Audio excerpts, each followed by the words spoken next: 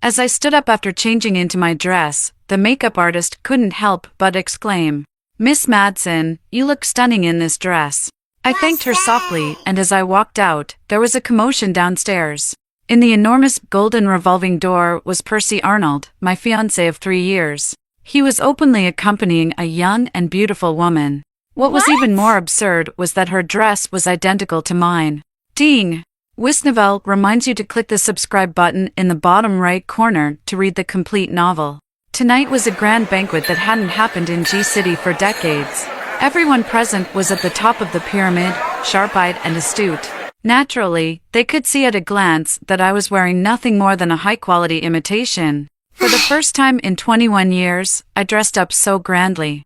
It turned out that I was just a clown in fancy dress. "Percy, who is this person beside you?" Someone couldn't help but ask. Percy Arnold held the hand of the woman beside him and said, "This is my girlfriend, Karen Barker. But after tonight, she will be my fiancée." "What about Miss Madsen?" Percy looked at me coldly and said, "The engagement between me and the Madsen family has been cancelled. In these 3 years, the Arnold family has done more than enough for the Madsen family." He was right. If it weren't for the 1 billion dowry the Arnold family gave when we got engaged, my family would have gone bankrupt long ago. Would my parents and siblings be able to continue living a life of luxury and abundance? Of course not. Percy got down on one knee, took out a diamond ring, and proposed to Karen Barker. She burst into tears and threw herself into Percy's arms. He gently wiped away her tears, comforted her, and kissed her. I watched as Karen was surrounded by those ladies who were eager to curry favor, engaging in lively conversations. After tonight, she would no longer be a third-rate little star or a homewrecker. As for me, Dorothy Madsen, in G-City and the Madsen family, it seemed that I would no longer have a place to stand. "Can you move aside?" A voice sounded behind me. I turned around and saw 2 elegant-looking girls holding trays of snacks, impatiently looking at me. I moved to the side. "Her dress is so cheap. Yeah, I wonder what kind of fabric this knockoff is made of. It must cause allergies if you touch it. She has the nerve to stand here. It's really embarrassing." I walked expressionlessly towards a corner in the resting area, pretending not to hear their malicious comments. My phone rang, and I answered it. My mother's angry and ashamed voice came through. "Dorothy, the Arnold family wants to call off the wedding. The dowry of 50 million that needs to be returned. For 3 years, you couldn't hold on to a man's heart. You were truly useless. You figure out how to return the 50 million yourself. The Madsen family doesn't have a single penny." I looked at the disconnected phone and felt my heart suffocating with discomfort. All the splendor and luxury meant nothing to me. I just wanted to escape as soon as possible. "I heard that Mr. Clive returned to G-City yesterday and will attend the banquet tonight." "That's unlikely. Mr. Clive rarely participates in such events." "True, after all, the last time he appeared in public was on the news at the television station." I pressed my slightly aching heart and opened my bag to get some medicine. The rustling sound startled the 2 talking individuals, and their conversation abruptly stopped as they gradually walked away. My heartache intensified, and the tight-fitting dress almost suffocated me. I couldn't care less about finding the medication. I wanted to unbutton the hidden clasp and take a deep breath, but no matter how many times I tried, I couldn't succeed. I tilted my head back and gasped for breath, my long hair scattered and falling onto the deck, and my lips gradually turning pale. Not far away, the grand feast had just begun. My former fiancé and his sweetheart were probably dancing sweetly together, and I, perhaps, would quietly die on this quiet deck. "Mr. Clive, are you going in now?" "You go first, I'll join later," Simon Clive said as he took a few steps towards the deck railing. "It's windy here, be careful." The people surrounding him tactfully left one by one. This time, upon returning to G-City, Simon Clive was bound to make further progress. From now on, in the entire G-City, no one dared to oppose him. The organizers of tonight's banquet pulled all the strings to invite him to make an appearance.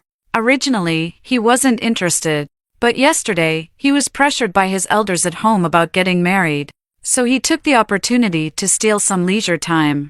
A gust of wind blew. Simon Clive noticed the slender and weak figure not far away. He turned around to leave, but then he heard a muffled sound on the deck. Simon slowly turned back to look. The moonlight was dim, and that figure lying on the deck was alluringly mysterious.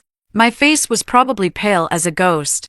The dim moonlight revealed a face that had lost its beauty and was only slightly distorted. I looked at the unfamiliar man in front of me as if I had grabbed a life-saving straw. I tightly grasped his sleeve. The instinct for survival gave me an extraordinary strength. I even pulled his arm and pressed it against my chest. My breathing became frighteningly rapid, and my heart rate was already irregular. He glanced at me, seemingly understanding my discomfort. He unexpectedly knelt down on one knee, his slender fingers gripping my wrist bone, and he calmly asked, "Where is the zipper of your dress?" I couldn't speak and struggled to grab his hand and press it against my chest. His eyebrows furrowed, he let go of my hand and lowered his gaze to the neckline of my dress. Then, his fingers opened the row of intricate hidden clasps. I suddenly felt light all over, and the constriction in my chest and lungs disappeared. The air rushed in, and I greedily took deep breaths. But I completely forgot that my dress was fitted today, and I only had petal-shaped invisible breast stickers on my chest. Now, the front of my dress was wide open, and I had been exposed to him. It wasn't until a gentleman's suit, still warm from body heat, fell heavily onto me that I snapped out of my daze. I bit my lip for a while, blushing, before I looked up and quietly said, "Thank you very much. Can you stand up?" I nodded, gripping the suit jacket with one hand and holding onto the railing with the other, barely managing to stay on my feet. "Do you want me to contact your family or friends for you?" I shook my head hurriedly.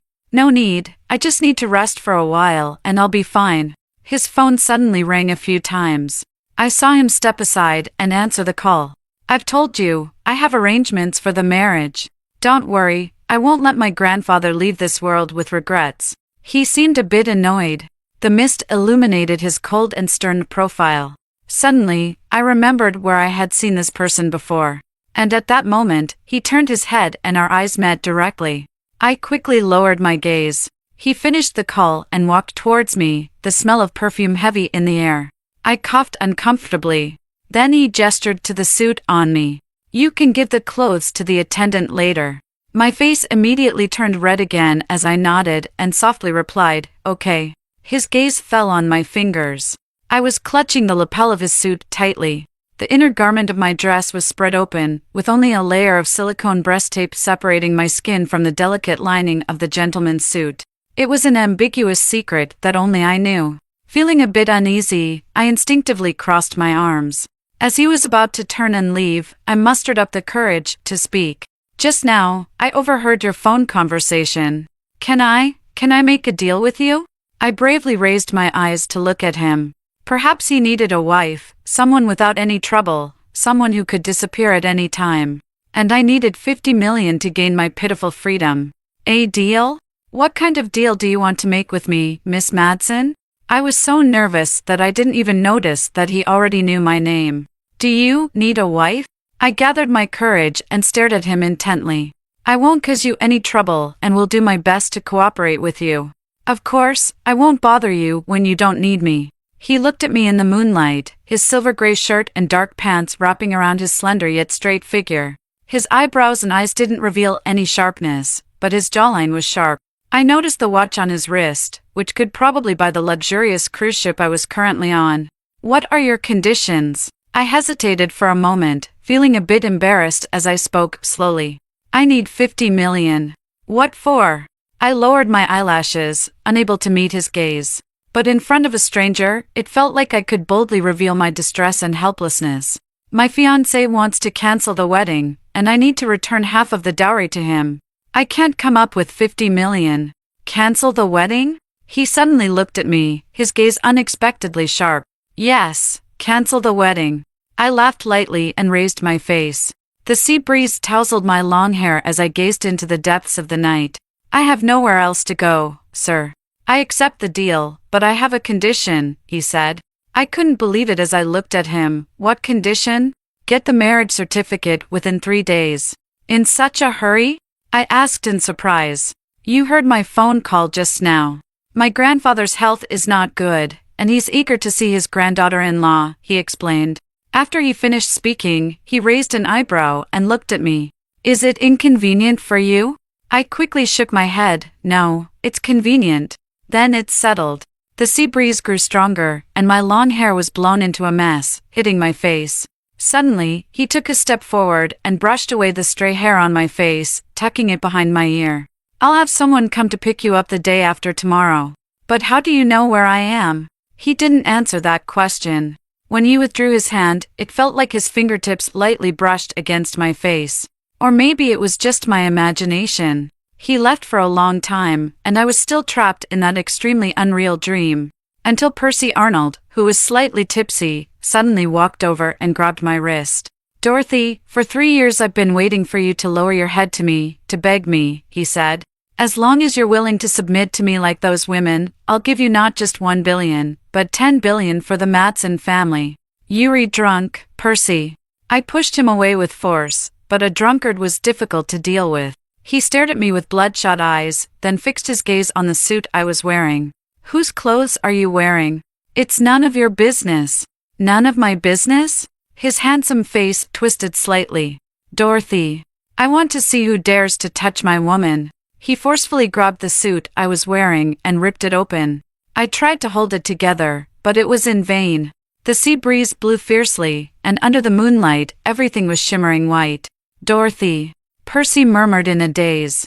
But in the next second, a sharp female voice resounded. Dorothy Madsen, you have no shame. Oh my God, how can she seduce someone else's fiancé by undressing in public?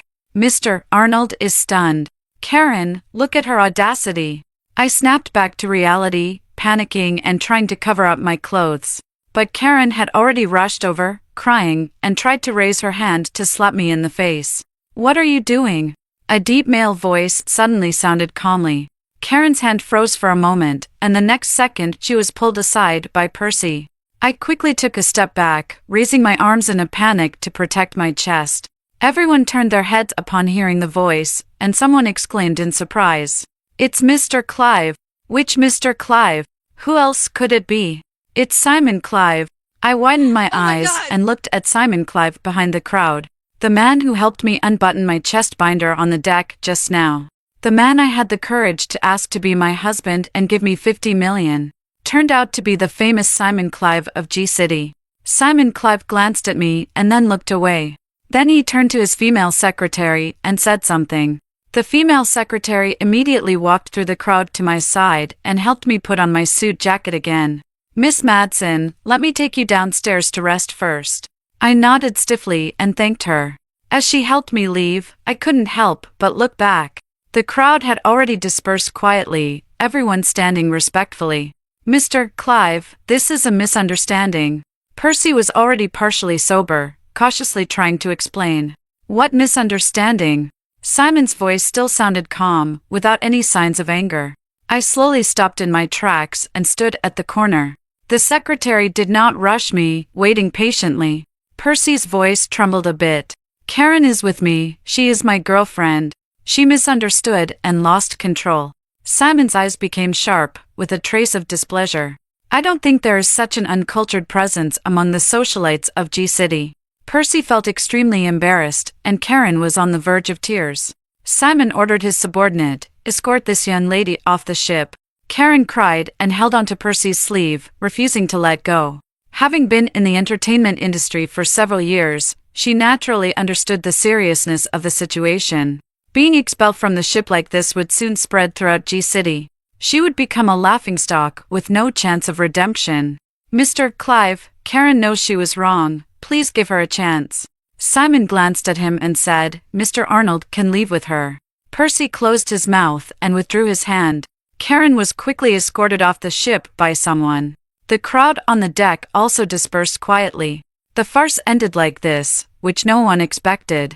Mr. Clive. The voice of the female secretary suddenly brought me back to my senses.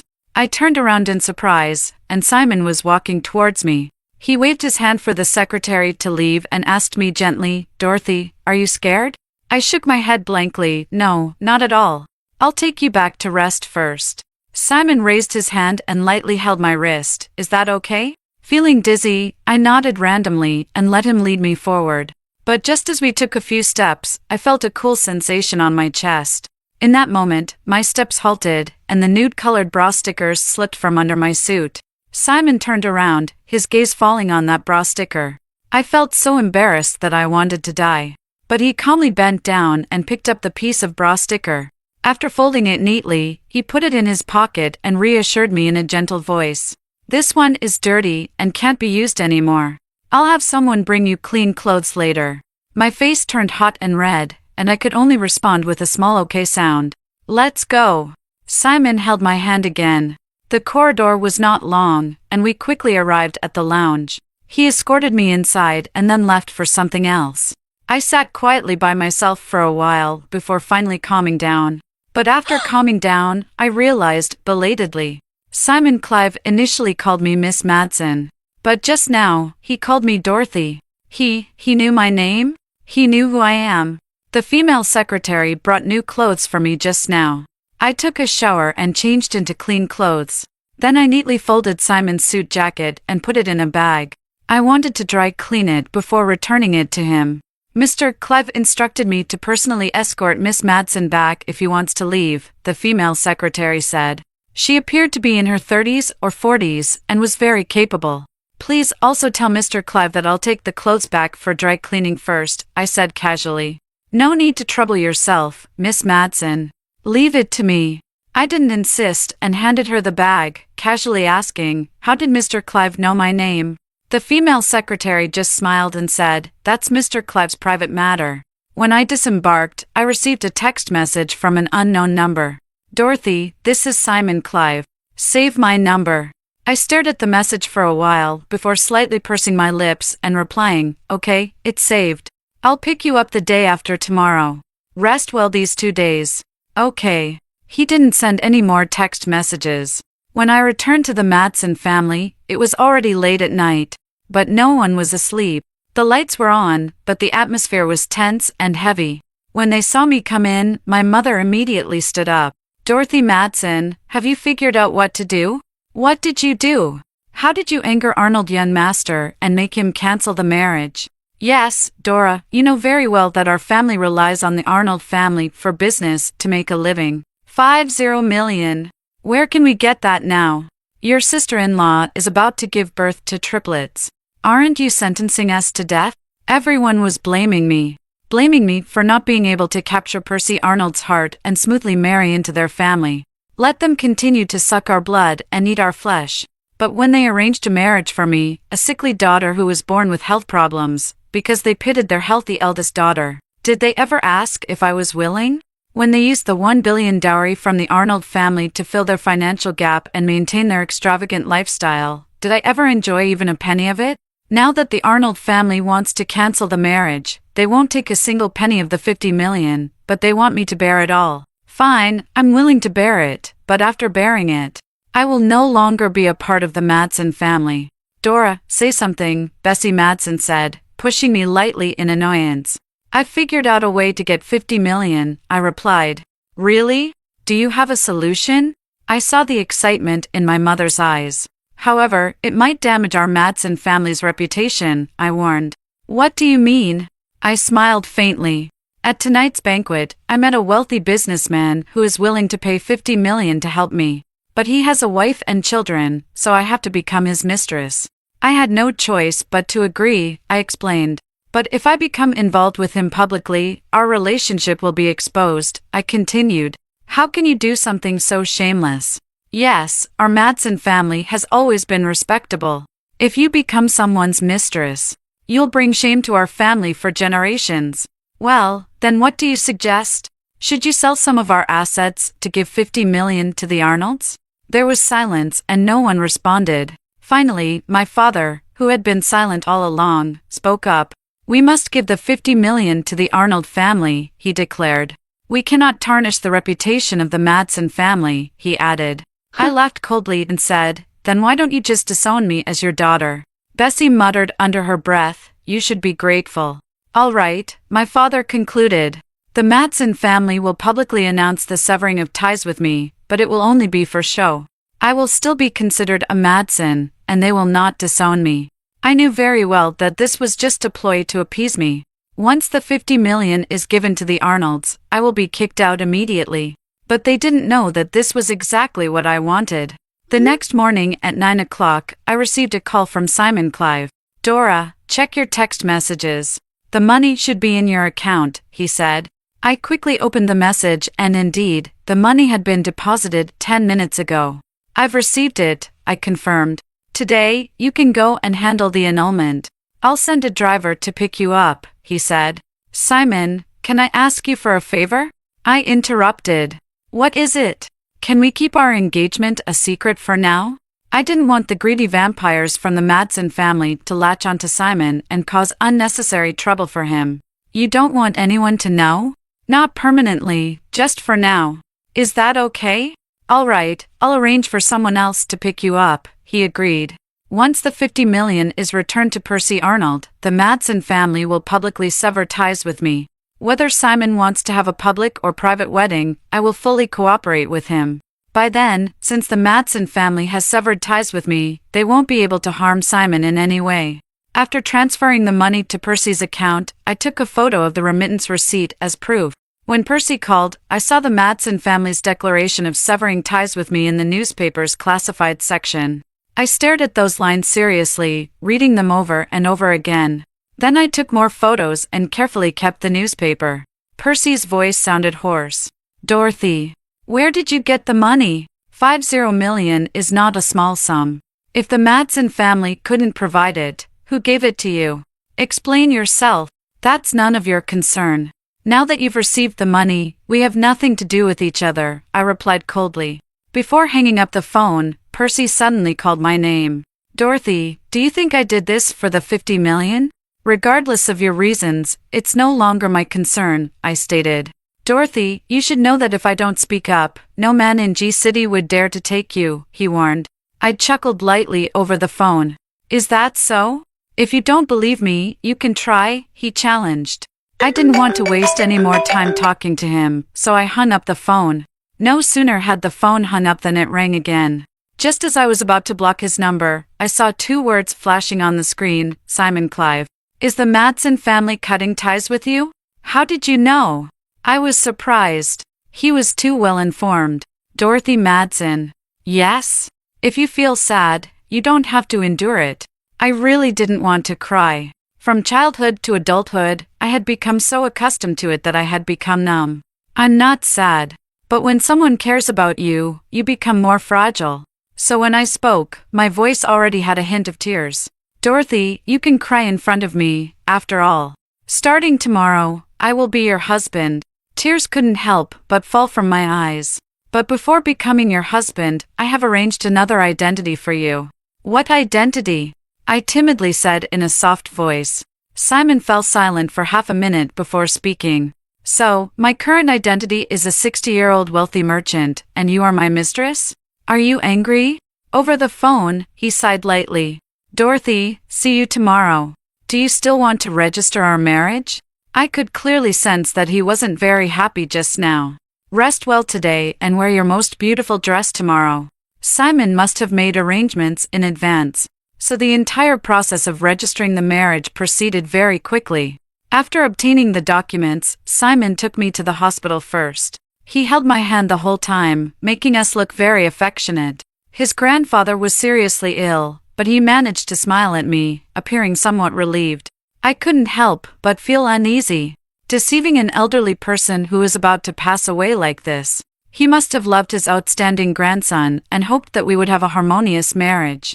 Little did he know that I couldn't truly be considered Simon's real wife. After leaving the hospital, Simon had an important meeting to attend, so he had the driver take me back to get my luggage.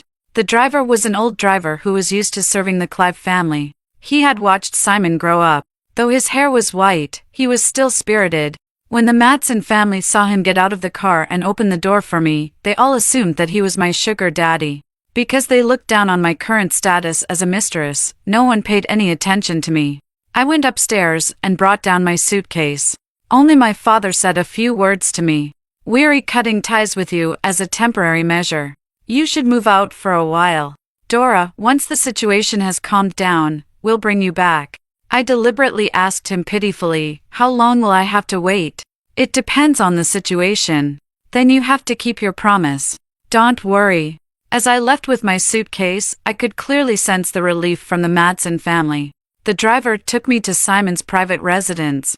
The house wasn't too big, but the environment was very peaceful. There weren't many maids and servants, which made me feel relaxed.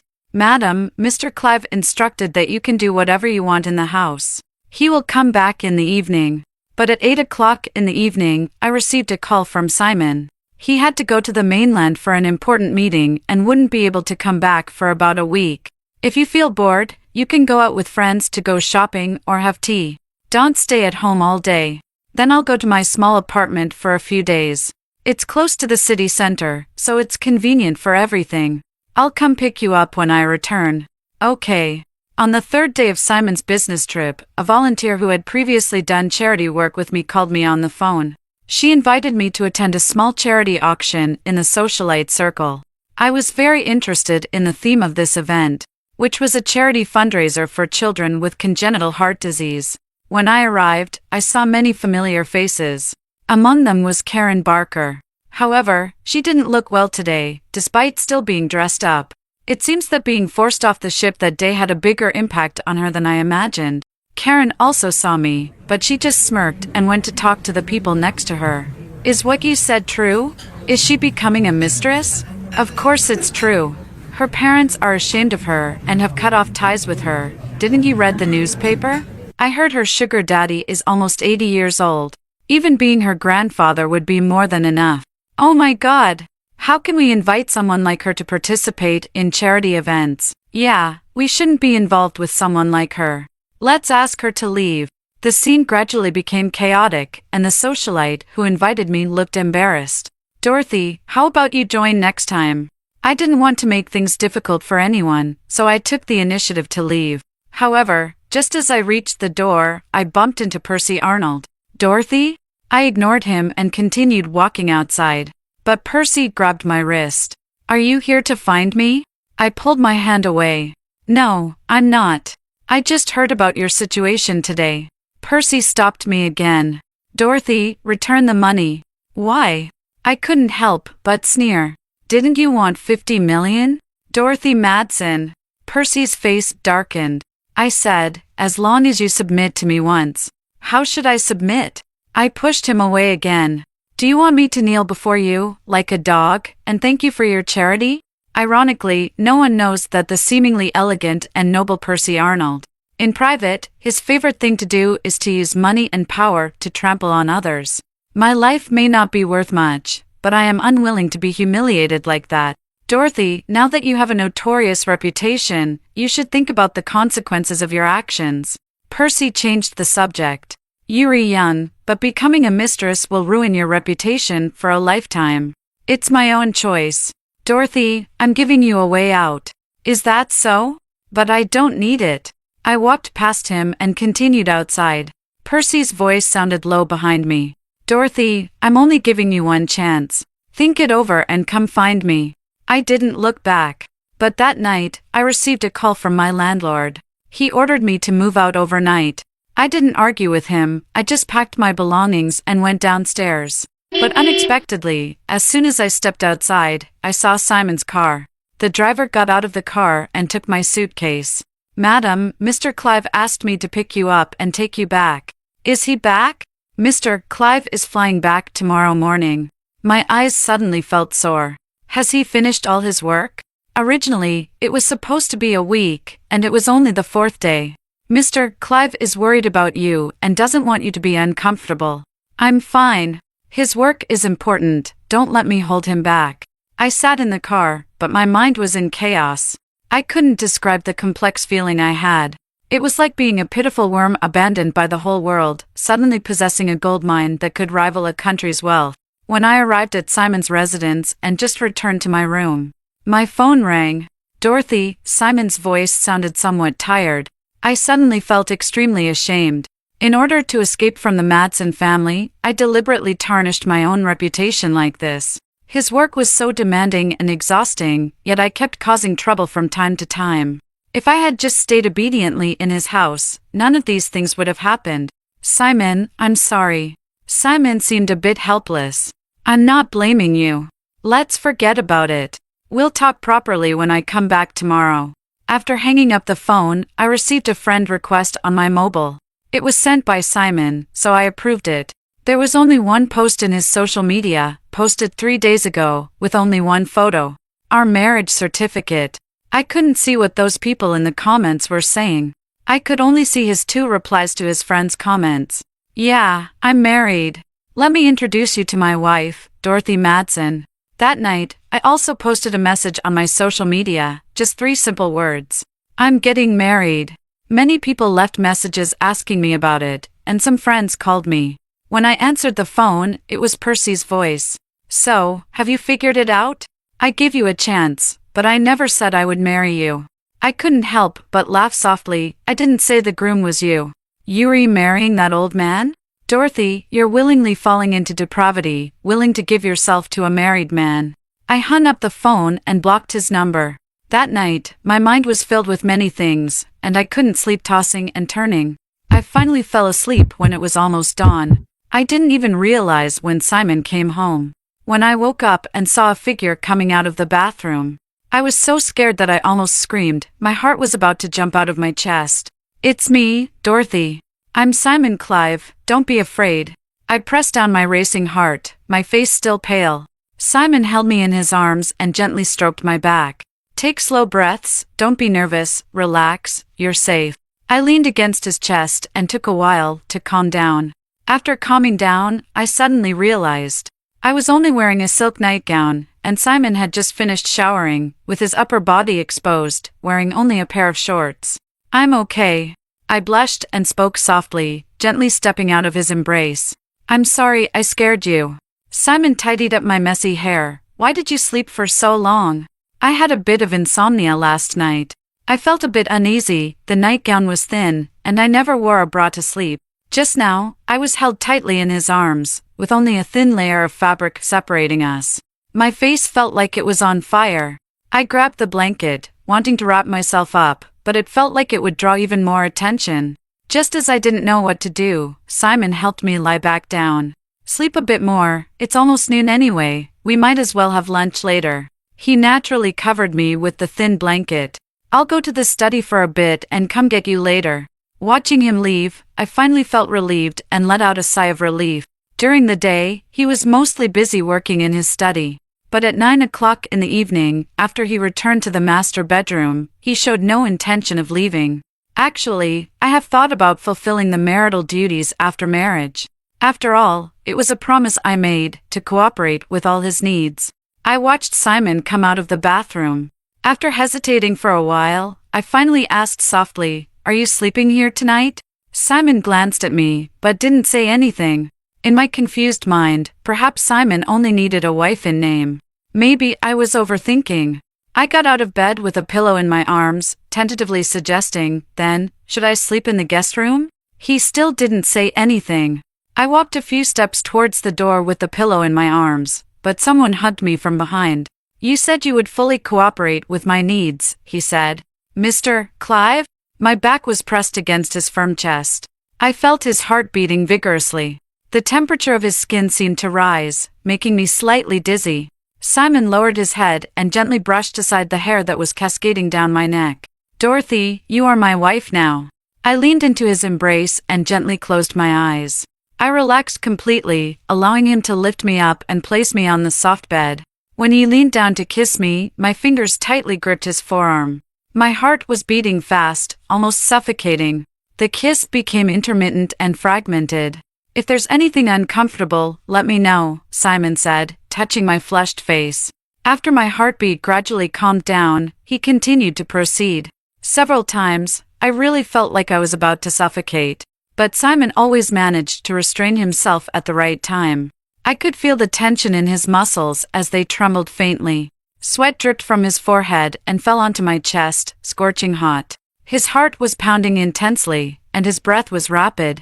I was uncomfortable, but he seemed even more uncomfortable than me. "Dora," he whispered, leaning down to gently kiss my face. "Do you feel better now?" I shook my head, then nodded. But my eyes were already hazy, and my hands unknowingly clung tightly to his neck. It felt like resistance, but it was more like compliance. Lust filled his eyes. For a brief moment, I even had the illusion that Simon liked me. Dora, he leaned down again, with increasing force. In the end, I seemed to lose consciousness for about 2 seconds, but it wasn't as painful as before when I had seizures. Instead, I felt like I was floating on a cloud, enveloped in softness. Until Simon woke me up. Dora, is there anywhere uncomfortable? I shook my head again, and gently reached out my hand to hold onto his waist. It seems that women naturally rely on their first man. Simon embraced me and said, "Rest for a while, then we can take a shower." As he spoke, his fingers rested on my chest. Dora, is your heart uncomfortable? It's fine. I thought about the several pauses during the process. I couldn't help but ask him softly, "Simon, are you feel uncomfortable?" He cupped my face and kissed me, his voice hoarse. "If you keep asking, I really will be uncomfortable. I don't want it anymore." "Okay, no more again." But he didn't let go of me. "I just want to kiss you." I remained silent and obediently let him kiss me. In my hazy mind, I couldn't help but think, when he calls me Dora, he seems genuinely doting. But this serious and self-disciplined person would probably only call me that in bed. I didn't have a chance to verify my guess. Because the next morning, Simon left early again. I knew he was extremely busy. After all, being in his position meant dealing with countless matters, big and small. So I stayed at home obediently, trying not to cause him any more trouble. Although I didn't go out, the days were unusually peaceful. For the first time in my 21 years of life, I felt the beauty of a tranquil and peaceful time. No need to worry about being treated as a commodity by my family. No need to be saddened by the favoritism of my parents and relatives. I didn't have to think about anything, as long as I did things that made myself happy. I even picked up the piano I hadn't played for years, bought an online painting course and started learning oil painting. I spent about a week without leaving the house. One afternoon, Simon suddenly called me and said there was a banquet in the evening that he wanted me to attend. He had already prepared formal attire and jewelry, and a team of stylists would come to our home later. "Will you go in the evening? I'll come directly to you after I finish my work." "What kind of banquet is it? Should I go?" "It's a charity fundraising dinner to help children with congenital heart disease. I thought you might want to go." His words touched me. The last charity event I couldn't attend due to Karen's malicious spreading of scandals was also for the benefit of children with congenital heart disease. So Simon still remembered that. Because of my own heart condition, I have always been concerned about this matter. I still remember that even after I got engaged to Percy, I faithfully volunteered every month. I visited sick or disabled children in the welfare home. But Percy once mocked me, "You're quite skilled at seeking fame and reputation." But he didn't know that I wasn't doing it for fame and reputation. It was just because I had experienced such hardships myself that I wanted to help more children like me. "Simon, of course I want to attend. But if you come over tonight, our secret won't be kept anymore." I wanted to ask him if it would cause him trouble or have a negative impact. "Dora, from the beginning, it was you who wanted to keep it a secret, not me." I held my phone, murmuring in confusion, "I don't quite understand why. Why did he agree to marry me? Why did he never think about hiding our marriage?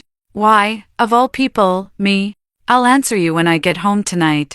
When I arrived at the venue of the evening banquet, I naturally attracted countless curious glances. But what puzzled me a little was this. Since Simon was attending the charity banquet, it was obviously of a high standard. The Arnold family could attend, but the Madsen family definitely couldn't. Yet, Bessie Madsen was there. As I walked in, the Madsen family was surrounding Percy, engrossed in conversation. And my own biological sister, Bessie Madsen, looked at Percy with a shy and passionate gaze. "Dorothy, how dare you show here?" Bessie spoke in surprise, and Mrs. Madsen immediately walked over with a stern face. "Dorothy, do you not know the occasion? You've come here to embarrass us. How do you think people will see our Madsen family?" I looked at the elegant and dignified lady in front of me, and there was no ripple in my heart. "You've already cut ties with me, haven't you? So, I have no relationship with the Madsen family anymore. Even if I embarrass myself, it won't reflect on the Madsen family. But you're still surnamed Madsen, and everyone in G City knows you're my daughter. So what do you suggest I do?" Dorothy, leave G-City and let your sugar daddy take you abroad. But Dad promised me that I could come back once the storm blows over. Mrs. Madsen looked at me as if I were a fool. What are you daydreaming about? Your name has already been removed from the Madsen family genealogy. Is that true? Of course it's true. So, legally and in terms of blood relationship, I have no connection to the Madsen family anymore? That's right. Good. I turned around and looked around. Everyone must have heard what Mrs. Madsen said. Dorothy, you better leave quickly. Why do you have to make a scene and lose face? Bessie pretended to be gentle and generous. Percy is here too. Don't let people laugh at you. At this moment, Percy also spoke up. Dorothy, didn't you say you were getting married? Mr. Arnold, that tycoon has a wife and children, mistresses all over the world. How could he actually marry her? So, your social media post that day was fake? I was about to say something, but Percy had already stepped forward and grabbed my arm. Dorothy, let me ask you again.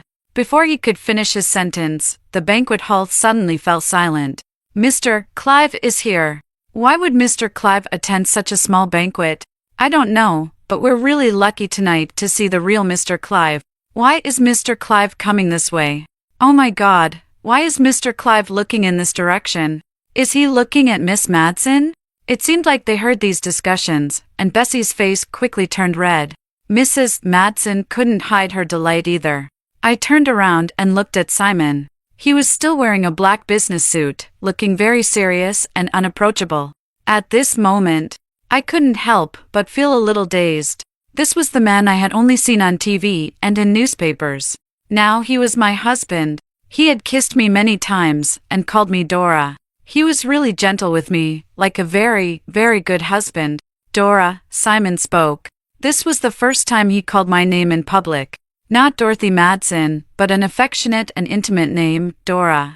The smile on Bessie's face froze in a somewhat comical way. Mrs. Madsen was also stunned. Percy looked even more bewildered. I forcefully shook off Percy's hand, with a hint of grievance in my slightly reddened eyes. Simon. He walked through the crowd and came straight to me. Your dress looks beautiful today. Your makeup suits you well, very beautiful. I wanted to cry and laugh at the same time. Just as tears were about to fall from my eyes, Simon embraced me in front of everyone. It's all right, I was only a few minutes late and you were bullied. When he mentioned the word bullied, his gaze lightly swept across the crowd. Mrs. Madsen's face turned pale, and Bessie instinctively hid behind her. Simon's gaze finally fell on Percy's face. Mr. Arnold, what were you talking about with my wife just now? The word wife in Simon's words was like a bomb. The once silent crowd immediately erupted into a low discussion that couldn't be controlled. Percy still seemed somewhat incredulous and spoke in a daze. Wife? Yes, Dorothy Madsen, she is my wife, Simon Clive's wife. As soon as Simon finished speaking, Mrs. Madsen suddenly regained her senses and walked a few steps to my side, affectionately grabbing my arm. Dora, my child, why didn't you tell Mom about such a big happy event? I pushed her hand away. Mrs. Madsen, I am no longer a part of the Madsen family. Mrs. Madsen was taken aback and hurriedly said, there is no lingering hatred between a biological mother and daughter. We can just talk and resolve any misunderstandings between us. I shook my head. There's nothing to talk about. I have no connection with the Madsen family anymore, as the family tree can attest. Mrs. Madsen became anxious and looked at Simon pleadingly. Mr. Clive, you see, our child Dora is just being childish and is still mad at me. I'll listen to my wife. Simon embraced me, his voice cold. If Dora says she has no relationship with the Madsen family, then she has no relationship. Mrs. Madsen was devastated. Simon suddenly spoke up. Mrs. Madsen, as far as I know, the Madsen family hasn't donated a single cent to charity in the past decade. Upon hearing this, Mrs. Madsen immediately broke out in a cold sweat, unable to utter a word in response. So you haven't donated a single cent. Then why did the Madsen family always scramble to attend charity banquets? To gain fame and prestige. How shameless. Mrs. Madsen couldn't bear to stay any longer and left with Bessie in a sorry state. Simon embraced me. Dora, let's go home too. We haven't made a donation to the children yet. I reminded him in a low voice. Simon kissed me on the forehead. The secretary has taken care of it. Simon, my heart, it's not doing well. In the dim room, I felt waves of dizziness. The familiar feeling of suffocation came over me, and I clutched his arm tightly, turning my face to breathe deeply. Simon crouched down, his forehead lightly touching mine. Dora. I could sense that he was having a hard time enduring this. But my body was so uncooperative. Simon, how about you marry a healthy wife? Dora. Simon's eyes were unusually serious. There is no shortage of healthy women in this world. But I'm like this. What's wrong with you like this? He brushed aside the damp hair on my forehead. In my eyes, you are the best. Your health is not good. We'll take it slow, treat it slowly. If it can't be cured in G City, we'll go to the capital, and if that doesn't work, we'll go abroad for treatment. But what if it still can't be cured? Simon bent down and gently kissed me. Then I'll practice abstinence and focus only on business. As the new year approached, Simon finally had some free time. He took me to the capital, where the best cardiac surgeons were said to be. I was quite nervous when I went for the examination. We'll do our best, and leave the rest to fate, Simon said, habitually tidying my hair. Go on, I'll be waiting here for you. After completing all the detailed professional examinations, the elderly expert with white hair looked at me with a hint of regret. I've reviewed your medical reports. Among congenital heart disease patients, you belong to the less severe category. If you had undergone surgery in your childhood, you would have already recovered. I couldn't believe what the doctor said and shook my head repeatedly. Doctor, are you mistaken? Since I was young, my family has always told me that my condition is incurable. They took me to many hospitals, and the diagnosis was always the same. Afterward, I refused to go to the hospital anymore, and I didn't want to hear myself being sentenced to death over and over again. They told me that I could only survive by spending money to take good care of myself, and that I owe them my life for being able to grow up. It was only when Simon hugged me that I realized tears were streaming down my face unconsciously. They lied to me, didn't they? Why did they deceive me? Why did they treat me like this? If they didn't want to cure me, they could have abandoned me or given me away. Why did they lie to me for so many years? Dora, don't dwell on these questions. Your recovery is more important than anything else, you know? I just can't understand. Simon held me even tighter. Then let's not think about these meaningless things. Let's look forward and not look back. When spring arrived, Simon came to pick me up and take me back to G City. By then, I had already been discharged from the hospital and my health had improved significantly. A few days ago, he received a notice that his grandfather was critically ill, so he hurried back to the hospital in G City overnight. It was only until the day before yesterday when his grandfather miraculously survived the critical condition and stabilized that he finally felt relieved. It had been exactly half a month since we last saw each other. Simon got out of the car but didn't come towards me. We had made a promise before. When we meet again, I would run to his side. Just like any healthy girl would. He opened his arms. I lifted my dress and ran down the steps, passing through the garden filled with lush green and bright yellow, running lightly in the spring breeze. For the first time in 21 years, I ran like this. Even the slightly chilly spring breeze felt warm. I disregarded everything and threw myself into his embrace. I tilted my face up to kiss him. But today, I was wearing flat shoes, and he was much taller. I could only stand on tiptoe. But he lowered his head and met my kiss. It had been almost a year since I married Simon. But that night, it was the first time I saw him indulging himself. He kissed the scar on my chest, the mark left by the surgery still clear and somewhat ugly. I didn't want him to see it and raised my hand to cover it. But Simon wouldn't allow it. Will I look ugly to you? Just as beautiful as that night. So, you've desired me from the beginning. No, even earlier than you think. When was that? Have you seen me before? Dora, are you sure you want to reminisce with your husband at this time? Simon held my hands and leaned down again. Simon, I feel dizzy, I can't breathe. I resorted to my usual trick. Naturally, he didn't believe me, but he still stopped at the most intense moment. My heart was beating fast, but it no longer tore me apart like before. Inside my chest, there was only a surging tide of uncontrollable emotions. I took the initiative to embrace him and lightly bit his chin. Simon, you no longer need to worry about my body. In the future, you can do whatever you want. I've seen Simon being serious and focused when giving presentations at the G-City conference. I've also seen him conducting multinational meetings in the office, fluent in English and French. In private at home, he also had a relaxed and easygoing side. Even the household servants dared to exchange a few jokes with him. But as soon as he suppressed his smile, everyone around him fell silent. And at this moment, there was a clear desire and a strong possessiveness in his eyes. He allowed himself to sink into desire and fall into the passionate world with me. In the endless pleasure, he seemed more unrestrained and devoted than me. In the past, I didn't understand why someone so close to me would treat me like this. But later, I understood. The hardships and grievances I had endured for the past 21 years were just to let me meet Simon again. "Simon, are you?" This was the first time I asked, but before I could finish, Simon seemed to know what I was going to ask. His kiss landed on my ear, his warm and wet fingers entwined tightly with mine. I heard his voice, slightly hoarse and seductive. "Dora, I love you." Extra chapter, Simon Clive's perspective.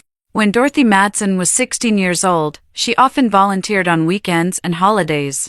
During puberty, many girls go through a slightly awkward period due to their physical development.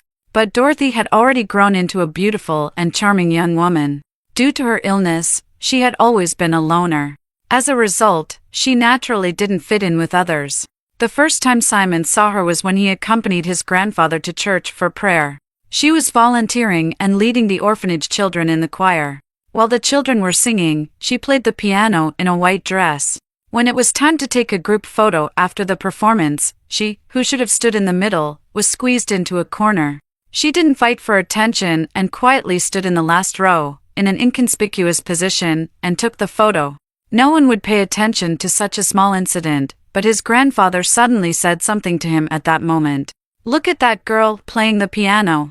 Despite her young age, she can remain calm and composed." As a result, he took a few more glances at her. At that time, he was 24 years old and full of ambition, ready to make a career for himself. He was completely focused on his goals. At that time, he only had a faint impression of her. She looked beautiful in a dress. The second time he saw her was at her engagement ceremony with Percy Arnold. Because his grandfather had some connections with the Arnold family, they had been invited multiple times, so he naturally had to show his face. He went to the engagement ceremony that day. Many people were discussing the leading lady of the event. But their words had a double meaning. First, Miss Madsen was indeed beautiful, but unfortunately she was not in good health. Second, although the Arnold family did not lack the $1 billion dowry, the Madsen family, as a fallen household, seemed to have suffered a loss even if Miss Madsen was beautiful. He became interested and looked up at the stage. Dorothy Madsen was still wearing a beautiful white dress. But she seemed lifeless. Like a meticulously dressed doll. There was no trace of liveliness or agility in her eyes. He somehow thought of that hot summer day. The children in the choir sang with innocent voices, as if they were celestial beings. The girl sitting at the piano was gentle and quiet. Even standing in the corner of the last row, she smiled peacefully. Her eyes were very dark and bright, with a hint of sparkle. She couldn't be compared to the stiff puppet being manipulated on the stage at this moment. When Percy Arnold kissed her, for some reason, he suddenly turned away. The workload became increasingly heavy, and he rarely thought about the person with whom he had a fleeting encounter. Occasionally, when he had free time, he would gather with his family for a meal. Among his cousins and sisters, the name Dorothy Madsen would occasionally come up. Speaking of her, she really is pitiful. First, she was sold off by her family, and this Arnold family's young master doesn't even like her. Yes, I heard they've been engaged for 2 years, but Mr. Arnold has never set foot in the Madsen family's home. I think this marriage is probably not going to happen. Why did Mr. Arnold agree to the engagement in the first place? If it was for her beauty, then why did he neglect her after the engagement? He stood behind a lush, short tree, momentarily holding his breath. I heard from a Miss Arnold from a branch of the family that Mr. Arnold did have some interest in her at first, so the Madsen family made a bold request, and he agreed. But that Miss Madsen, her private life is quite scandalous. No way, I've seen Dorothy several times. We often volunteer together, and she really seems like a good girl. It was her older sister, Bessie Madsen, who accidentally let it slip. It shouldn't be false. Just how scandalous did she become? It seems that when she was 16 or 17, she had relationships with many boys. Before she got engaged to Mr. Arnold, she even had secret meetings with other men at hotels. The Madsen family spent a lot of money to barely cover it up until after the engagement ceremony. Think about it. Would someone as proud and arrogant as Mr. Arnold be able to swallow this? So after the engagement ceremony, Dorothy was sent back to the Madsen family. Mr. Arnold, due to his reputation, could only conceal the ugly incident, but from then on, he deeply despised Dorothy. Why didn't he just break off the engagement? Maybe he truly liked her in his heart, so he was unwilling to give up, but he was also disgusted by what Dorothy did. He was conflicted. I still don't believe that Dorothy would do such things. When you mention the secret meetings at hotels, do you have any photos? I think I saw some. Let me go find them. Why did you come over, Simon? He suddenly pushed aside the bushes and walked out. The girls were all startled and quickly stood up, politely greeting him.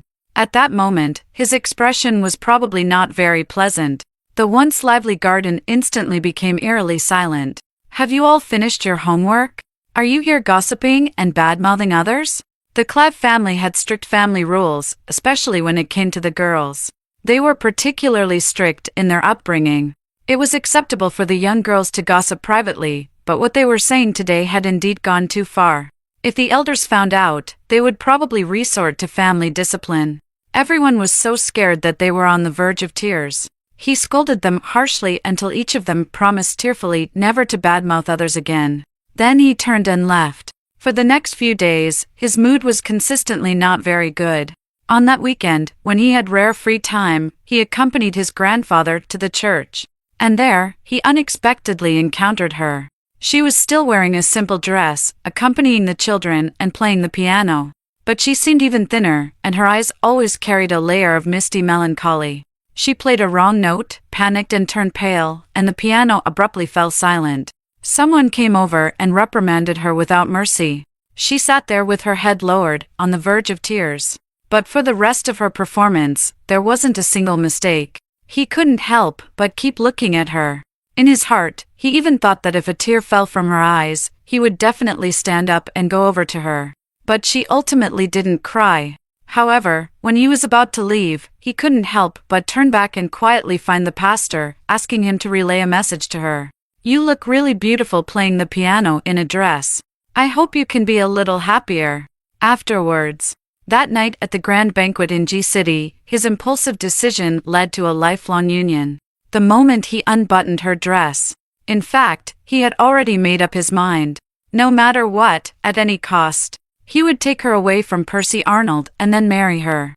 But he didn't expect that she would take the initiative and say to him that she wanted to be his wife. He endured his increasingly intense heartbeat. Using the calmest tone, he presented his condition to her. Within 3 days, he wanted to register their marriage. The moment she agreed, he felt as happy as he did in his youth. The moment he helped her fix her hair, she wouldn't know just how much self-restraint he used to control himself. He didn't impulsively kiss her. Instead, he had her put on the most beautiful dress and went with her to register their marriage. Little by little, he would retrieve the most beautiful Dorothy Madsen from his memories. Fortunately, he finally got what he wanted.